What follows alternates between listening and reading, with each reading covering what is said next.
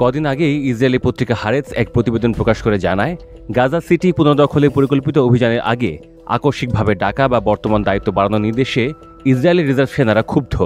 Reserve সেনারা বলছেন সরকার তাদেরকে শোষণ করছে, যদিও তারা গাজায় হামাসের হাতে আটক জিম্মিদের প্রতি এবং নিজেদের ইউনিটের সহযোদ্ধাদের প্রতি দায়বদ্ধতা অনুভব করেন।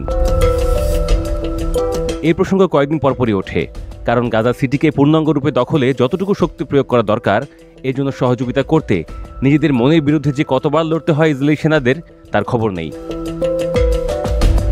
ইসরায়েলি সেনাবাহিনীর বর্তমান অবস্থা বিশ্লেষণ করলে দেখা যায় বিপুল সংখ্যক রিজার্ভ সেনা ছুটি শেষে আর ফিরছেন না। আন্তর্জাতিক সংবাদ মাধ্যম টিআরটি ওয়ার্ল্ডের প্রতিবেদনে বলা হয়েছে প্রায় 1 লাখ রিজার্ভ সেনা ছুটি নিয়ে বাইরে গিয়েও পুনরায় ব্যারাকে যোগ দেননি।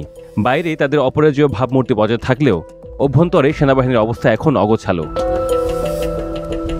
গুরুত্বপূর্ণ বন্ধুদের আপত্তি ও আন্তর্জাতিক মহলে তীব্র নিন্দা সত্ত্বেও বেনিয়ামিন নেতানিয়াহুর নেতৃত্বে গাজা উপত্যকার পূর্ণ দখল নিতে নতুন সামরিক অভিযান শুরু করেছে ইসরায়েল। তবে ক্লান্ত ও বিপর্যস্ত রিজার্ভ সেনাদের ওপর নির্ভর করে এটি আদৌ সফল হবে কিনা তা নিয়ে যথেষ্ট সন্দেহ রয়েছে। অনেক বিশ্লেষক নেতানিয়াহুর অভিযানকে আত্মঘাতী হিসেবে অভিহিত করছেন। ইসরায়েলের প্রতিরক্ষা বাহিনী আইডিএফ 20,000 রিজার্ভ সেনা নিয়োগ চুক্তি নবায়ন করেছে এবং আরও 60,000 রিজার্ভ সেনাকে 7 দিনের মধ্যে অভিযানে যোগ দেওয়ার আহ্বান জানিয়েছে। গাজা সিটি দখলের পরিকল্পনা অনুযায়ী এই অভিযানে অন্তত 5 মাস সময় ও 5 ডিভিশন সেনা প্রয়োজন, কিন্তু সক্রিয় সেনার সংখ্যা কম থাকায় যুদ্ধ বাস্তবতায় রিজার্ভ সেনাদের ওপর নির্ভর করতে হয়। টানা 2 বছর ধরে হামাস, হিজবুল্লাহ, ইয়েমেনের হুথি এবং ইরানের সঙ্গে যুদ্ধে ব্যস্ত থাকার কারণে সেনারা ক্লান্ত ও আহত, অনেকেই মানসিক চিকিৎসা নিচ্ছেন।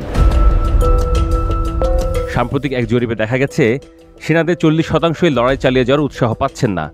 মাত্র 13% এখনও উৎসাহ নিয়ে লড়াই চালাতে ইচ্ছুক। সেনার প্রধান ইয়ার জামিলও সেনাদের ক্লান্তি ও মানসিক অবসাদের বিষয়টি নিয়ে উদ্বেগ প্রকাশ করেছেন। রিজার্ভ সেনাদের একজন লেফটেন্যান্ট কর্নেল বলছিলেন যে তারা বুঝতে পারছেন গাজা সিটিতে কঠিন যুদ্ধ হবে আর তাদের পক্ষে অনুপস্থিত থাকা কঠিন। রিজার্ভ সেনাদের মূলত ঠেলে দেওয়া হচ্ছে। তিনি জানান, যুদ্ধের 22 মাসে তিনি ব্যক্তিগতভাবে বড় আর্থিক ক্ষতির মুখে পড়েছেন এবং বুঝতে পারেন কেন অনেক সেনা আর্থিক কারণে সেবা চালিয়ে যেতে পারছেন না।